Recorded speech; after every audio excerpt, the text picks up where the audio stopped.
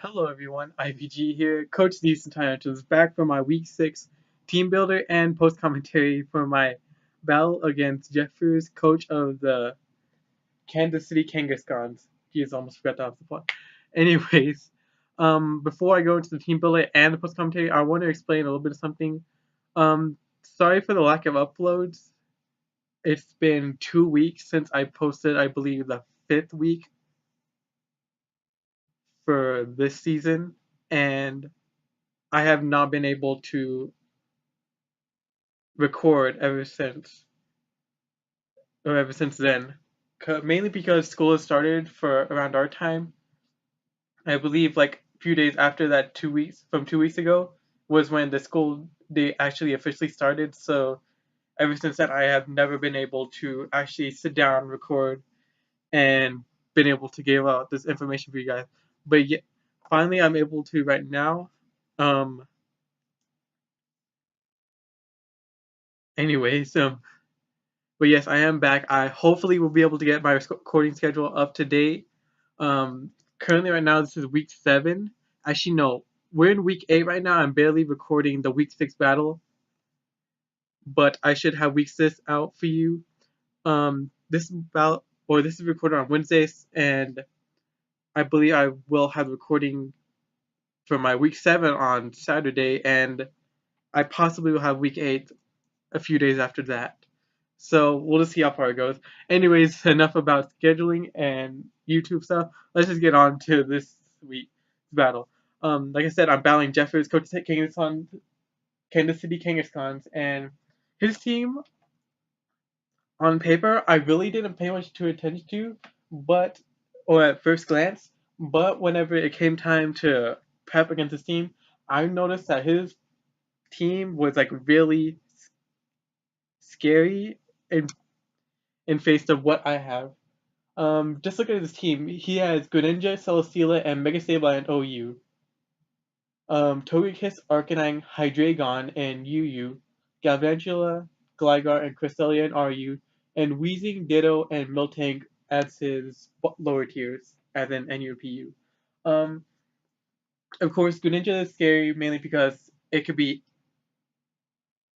built many different ways and is very hard to prep against. Celesteela, it goes same way, just like Greninja, prep different ways, but of course has that ability that helps it out. Beast Boost raising its highest stat up by one stage. Mega Sableye, very bulky Pokemon. I really have a hard time facing against this. If I didn't bring a certain Pokemon for it, then I'm pretty sure that they would run through my team on its own, probably with the Calm Mind, anything else like that. Togekiss, I'm pretty sure I can deal with it fine, but that a Scarf set could be hazardous to my team if I do see it, but nonetheless, Arcanine can be both offensive defense. Hydreigon, very threatening Pokemon, hits hard with the right item and is very fast with the right item, of course being Specs, Scarf, or Banded.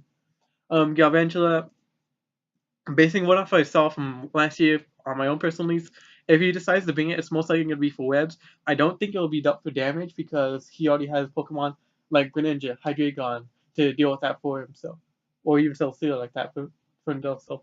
Gligar is mainly a wall, could be like a hazard setter or a defogger. Cresselia, bulky, special defensive Pokemon, could possibly Calm Mind, Sweep Me. Weezing is mainly defensive. Ditto, basically anything that I have, it becomes that. So I just have to I have to prep what against my own self just because he has Ditto. That's like the one of the hardest things to prep against. If your opponent has a Ditto in Draft League format, it is very hard to prep against because you don't know if he's actually going to bring it or not. And if he does bring it, you must build around not only his team, but it's your own team, thinking that if he transforms that one Pokemon that you don't have accounted for on your own team, then he could proceed to sweep you with it. And his final Pokemon being Miltank, very fast Pokemon, but really don't bother to it that much. Anyways, let's look deep into my team. Leading off, we have Cynthia the Garchomp, Lumberry with Outrage, Earthquake, and Rock Slide. And with Stealth Rocks, I did have Stealth Rocks just as a lead set. I know that rocks are good to have for against the team, we rolls down the Arcanine, the Togekiss, as well as Galvantula. The only thing I'll have trouble with if he has Sableye, I really won't be able to set up against it with Stealth Rocks. If he brings Gligar, it's a little bit harder, but not as hard as with Sableye because Gligar does have Defog and will defog away the rocks and won't be on the side of the field again. But aside from that, I think that's his only way of removing hazards. Outrage, I brought because Stab, same with Earthquake, and I did bring that Lumberry just so if I get caught in confusion, I'm able to heal back up, click another move, and not be confused. And then Rock Slide is for coverage.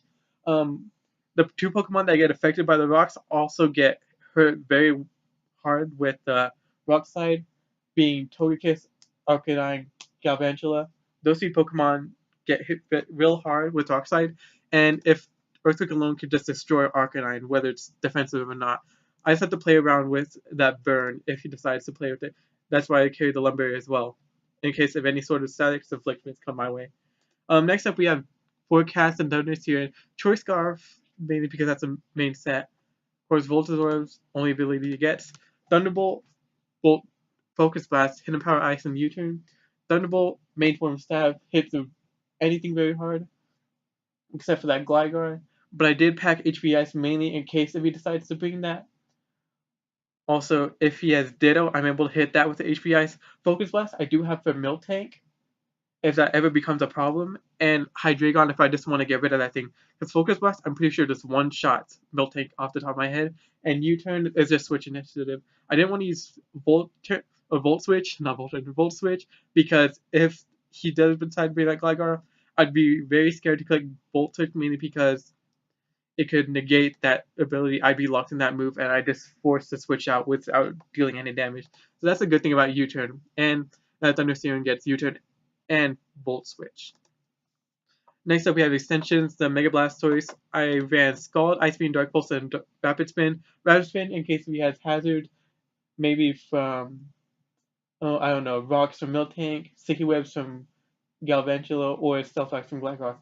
Mainly those Pokemon will carry hazards, possibly Celesteela, but I most likely will see it in an offensive perspective than a defensive one. Ice Beam comes prep that for Togekiss and Hydreigon, since I feel like those are two Pokemon that he will most likely bring. And Dark Pulse I did bring for that Cresselia. Hopefully I'll be able to hit that thing hard with that Mega Launcher ability, and the Dark Pulse doing massive damage before it probably Calm Mind sweeps me. And then Rapid Spin, like I said, for the hazards. Next up we have Sacred Diente, Choice Bandit set, Flare-Blitz, Sacred Fire, Stone Edge, and Extreme Speed. Flare-Blitz, Sacred Fire. Flare-Blitz is based off of contact damage. Sacred Fire, I won't get hit by anything, or it's on contact, but it is physical, which I like about it. And it has that 50% chance to burn, so if he decides to bring like an offense Pokemon, physical offense Pokemon, like let's say a physical Greninja, physical Hydreigon, Miltank, I burn one of those, and those physical attacks are weakened very well. Flare-Blitz mainly for damage. This is like the standard set for it. And then Stone Edge, I did bring for that Togekiss if he decides to bring it. And I have Extreme Speed because you always need priority if you're carrying this much of offensive pressure and not running any speed investment, or not running a speed nature. Next up we have Crazy Arctic Alolan Assault Vest, like most of my sets are for Alolan. Poison Jab, Knockoff, Rock Slide, and Shadow Sneak. Poison Jab, Knockoff, most important moves for any sort of Alolan set, because Poison Jab deals damage and Knockoff will get rid of any sort of item that is able to be knocked off, so negating any Z moves, Mega Stones, or Self, or whatever the item is called for a certain Pokemon.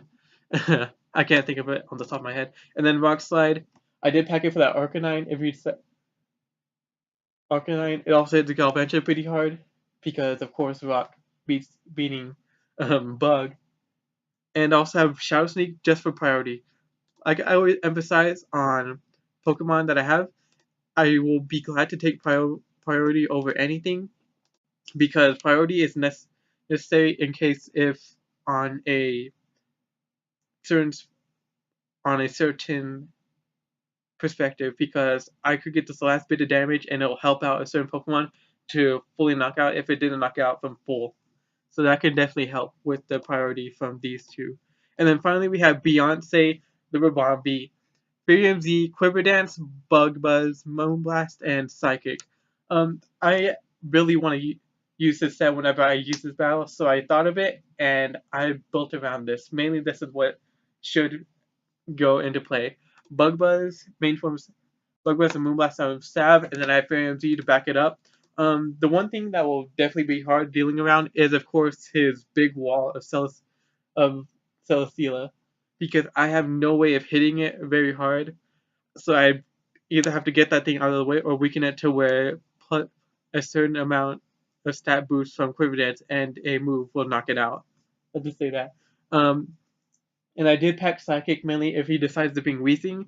Most likely he won't bring Weezing because mainly Weezing will be like either a Hazard Setter, and I don't think Toxic Spikes are really good on this case because most likely I'll bring Alola Muck if he decides to run it. Also, despite it being only defensive, so I cannot speak. He has other Pokemon that can cover that role, like Arcanine, Sableye, Celesteela. Those Pokemon can cover up those ideas and better what a Weezing can. But I brought it just in case. Plus, it's Force Move Syndrome, and I really didn't know what to put on it. That's the whole team. But I'm able to switch right here because we have already done the battle, and let's just hop right into it. Actually, let's hop right here. Let's just go over what his team was. It was Hydreigon, Greninja, Miltank, Celesteela, Ditto, and Cresselia. I'm pretty sure only half of these Pokemon I actually prepped for, and then the other half, they didn't show up. Of course, he didn't bring his Mega Sableye, which I found really good because Ribombee won't have to like carry as much as she probably would have to. Togekiss, he did not bring. Arcanine he did not bring, and those are three Pokemon that I expected him to bring. But of course, he did bring the Hydreigon. I actually predicted him to bring and Greninja. Those seems weird, but expected. And the Celesteela was something he also brought. And then, of course, the Miltank, Ditto, and Cresselia, I did not expect for him to bring, but he decided to bring it. But anyways, let's just get into the battle. Enough rambling around. Turn 1, I lead off with Thunderstone because it's most likely a dedicated lead, and he leads off with Miltank. I go off for the Thunderbolt. Now, this play, I could have gone straight for the Focus Blast and not have to deal with this thing anyway, but there could be that off chance he just swaps into Cresselia or goes into Ditto and takes that Focus Blast. And I could have gone for HP Ice on that Ditto if he decides to bring it, but I didn't want to overthink anything. I just attacked what was in front of me and dealt damage. So I clicked Thunderbolt while he sits with Stealth Rock. Does over half, so I was really happy about that damage. I go into Crazy Art while he also makes that swap into Hydreigon. I did expect the swap to happen, so that's why I make that Alola Muck play switch in. And I also knew that his only way of hitting me hard was Earth Power, but it's probably only going to do like a third of damage. So while he attacks me with Earth Power, I go for the Poison Jab. Next, he goes into Celesteela, and I also predict that and go right back out into Thunderstone.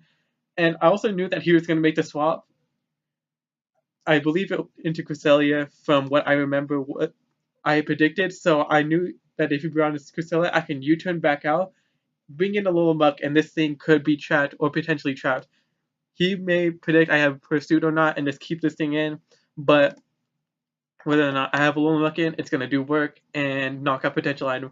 Brings in Miltank, knock off the item.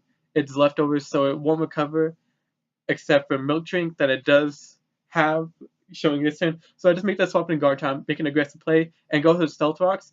And I got caught off guard so hard because after the Stealth Rock, I see Ice Punch. I was like, I did not even expect Ice Punch because what I thought was like, oh, it's a Miltank. Most likely it'll have like a Return, Body Slam, or Earthquake. Those are mainly moves you would see on Miltank. So, in my mind, I thought that I could just set up rocks, live his hit, and then hit it back with maybe an Outrage, Earthquake, one of those two. But no, he preps really well and brings Ice Punch on his Miltank, mainly for Garchomp or Thunder Siren, which those two moves hit hard against, and knocks out my Garchomp. So, sets up rocks and instantly dies. So, what I based off of, I believe he showed Ice Punch and Miltank. So, if he had like a Return or Earthquake, I'd be able to stay in this thing, take any sort of hits, and Rapid Spin away the rocks, and Scald burn it. Or Scald burn it. So these few turns are just mainly Scald, me clicking Scald and Rapid Spin, and you're just trying to set up rocks and get health back along the way. Yeah, so of course that play caught me off guard from the Ice Punch, but finally I'm able to knock it out with the Scald. Next, we get the Greninja. Now, again, hold on, before I spoil anything, again, like the Ice Punch play from the Miltank, I did not expect this Greninja to have anything to knock me out with. Okay, sure, I expected maybe a Grass Knot or HBS, but I wouldn't expect it to knock me out. So I kept in Blastoise, Rapid Spin away the rocks, live a hit, and then go out into a different Pokemon to take a hit. But no, what you see here is Z move, he pops out, and it's Z Bloom Doom, which is either Hidden Power or a Grass Knot, which would either way knock me out with that Protean boost. Now here I'm being a low luck. It is at low health, but I know for sure whatever move he has, I'm pretty sure Greninja doesn't learn any competitive ground type moves. I'm pretty sure it wouldn't knock me out. Anyway, so he Ice Beams brings me down to a sliver of my health. I do Poison Jab, but I don't poison it. But the ironic thing is I Shadow Sneak next turn and get the poison. So I was very glad that I got the poison, because if it didn't, this Greninja would be a whole lot more of a problem than it was. It does kill me with the Scald, but I do get it knocked out with the poison. Right here I go into Entei, he goes into Celesteela. He has no switching as this far for Sacred Fire, so I just click it. Celesteela is out of the way, no problem. He brings a Hydreigon. I didn't want to make a switch in my head. I did expect him to go for the Earth Power, but he could make that prediction, go for Dark Pulse, Draco Meteor, and knock out my Thunder Sphere, so I just kept this in either way. I knew I really didn't need Entei to win. It would be good to have, but I really didn't need it. So I just sacked it off and bring in Thunder Siren. Now, Thunder Siren was very crucial to my play because, of course, I knew from the battle his Hydreigon was Scarfed, locked in Earth Power, so his intentional play would be to swap out into either Ditto or Cresselia. Not Celestia, Cresselia. And so I predict that and go for the U-turn, send in Ribombee. It does get hurt by the rocks, but what I'm able to do here is click Quiver Dance. Now, the only thing I prayed for was that this thing didn't have Psyshock, because it's based off of physical defense instead of special defense. So with that Quiver Dance, I'd be able to take that Psychic a little bit easier than what I should be. But it does a whole lot more damage than I expected to. Just my defense, and even worse case than that, I don't even knock him out with the Bug Buzz, and it just knocks me out the Psychic. So what I do here is I click Hidden Power Ice, hit anything on his team pretty hard, because his Diddle most likely will form into Thunder Siren. So I just click Hidden Power Ice, Cresselia gone. He could have, I believe, won a better differential if he went to Ditto instead of Hydreigon, but he decides to go into Hydreigon. And with this damage from my Thunder Siren, I believe if I would have crit, I would have knocked out this Ditto, which was transformed by Thunder Siren, and probably would have won the game. But I really don't play off of luck, so that's the end of the game. He kills me with his Hidden Power Ice, transforms with my Thunder Siren, knocks me out, and that is the game. I do lose 1-0, but I'm not really that upset about it because it's not a big differential like I had against Renegade, which is like a 3-0. So I only lost like 4 differential, and I've already won like 4 other battles after that. But anyways, guys, I hope you enjoy, and we'll see y'all in week 7. Hopefully, I will have that out as soon as possible. So just stay tuned. Thank y'all for watching, and goodbye.